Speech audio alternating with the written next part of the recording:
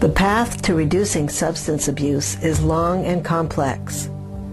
However, there are strengths and traditions unique to the Vermont Abenaki community that offer a solution to this troubling problem.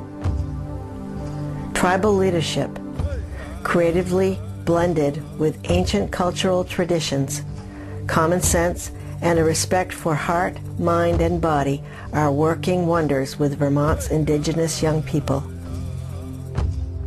We feel very blessed in our community that we have a chief who participates with our youth.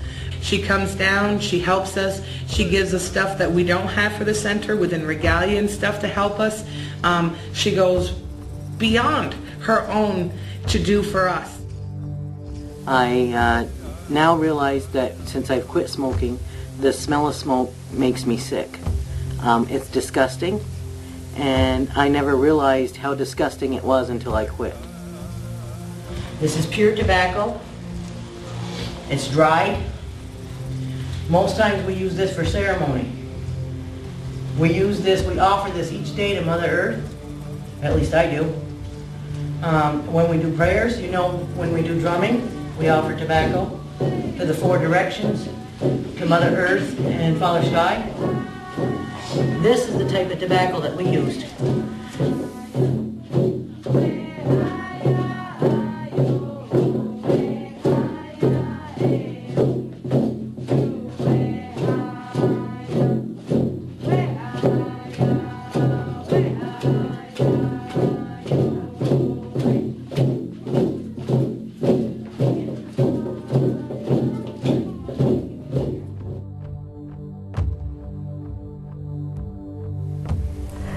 The Circle of Courage is an after-school program that meets 3 times a week during the school year in the old Swanton Elementary School.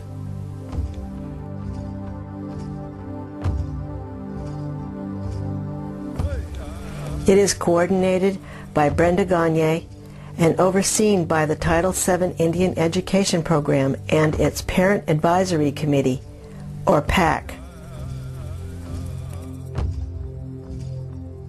We see every child at promise. We don't see children at risk. We see children that if you work with children, you show them respect, you show them that somebody cares, they'll show it back and they'll do 3 times as much so that they can hear, I'm proud of you. Our program isn't just for Abenaki children, it's for all children. And with a little bit of money is what we run our program from. Anybody can do this, but we believe that it takes people that are going to be dedicated to the children. We have modeled this through reclaiming youth at risk, and Larry Brendtro was the man who wrote the book, and we were fortunate enough a couple years ago to meet him personally at the Sheridan in Burlington.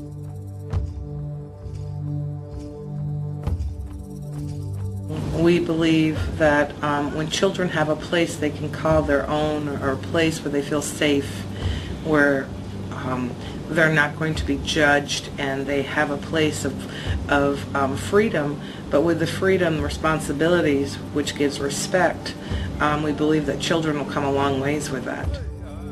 Well, we believe the Circle of Courage that the part of decision making is part of your independence that we teach.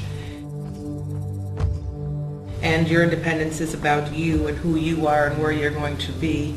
And we teach mastery at their level, not at everybody's level. It's what they can do. Generosity is done by the kids performing and making extra money, and they use that to buy Thanksgiving baskets for the needy elderly and families of the Abenaki community. We also do Christmas for needy families, sometimes 1 or 2. It counts on how much money they've raised. None of the money that the kids ever have made ever has been used on them. It's always been given back to the needy of our community. But in the last 2 years, I want to say all my 6th graders have come back. This year, all my 6th graders are coming back again. So it's the 2nd year in a row we've actually keeping our 6th graders or 7th graders, you know, because they want to take the knowledge that they've learned and teach the younger ones. And that's what we do. I utilize the kids that are older. They've been taught. They know what is allowed, what's not allowed. Being at the center it creates a bond between the volunteers together, the workers, and the students. And like bonding together, it's like unbreakable, and sometimes like the next year comes and me being volunteering, I kind of get disappointed and upset when kids from the year before don't come, because it's such a great place to bond and stuff.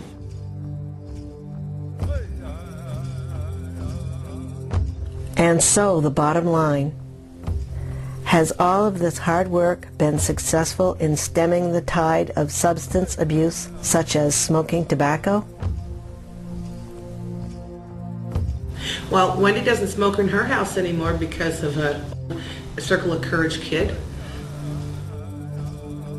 Sleepover last year,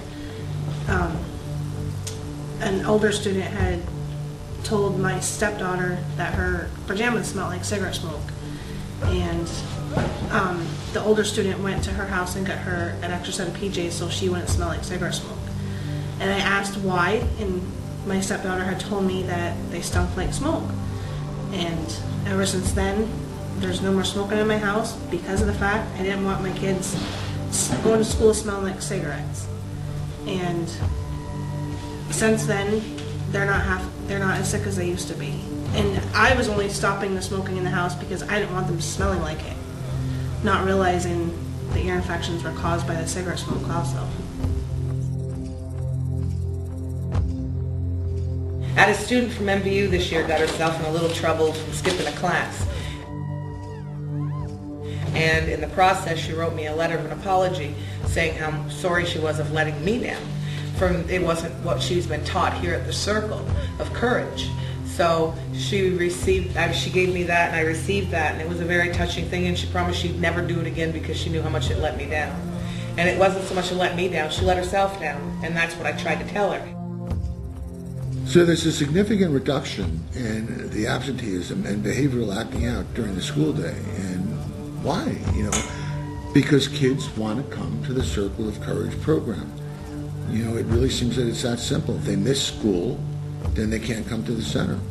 As a result, we've maintained between a 5 and 20% reduction in absenteeism among all students participating in the program. That's amazing, and it's because they don't want to miss the after-school program, and it really is that simple.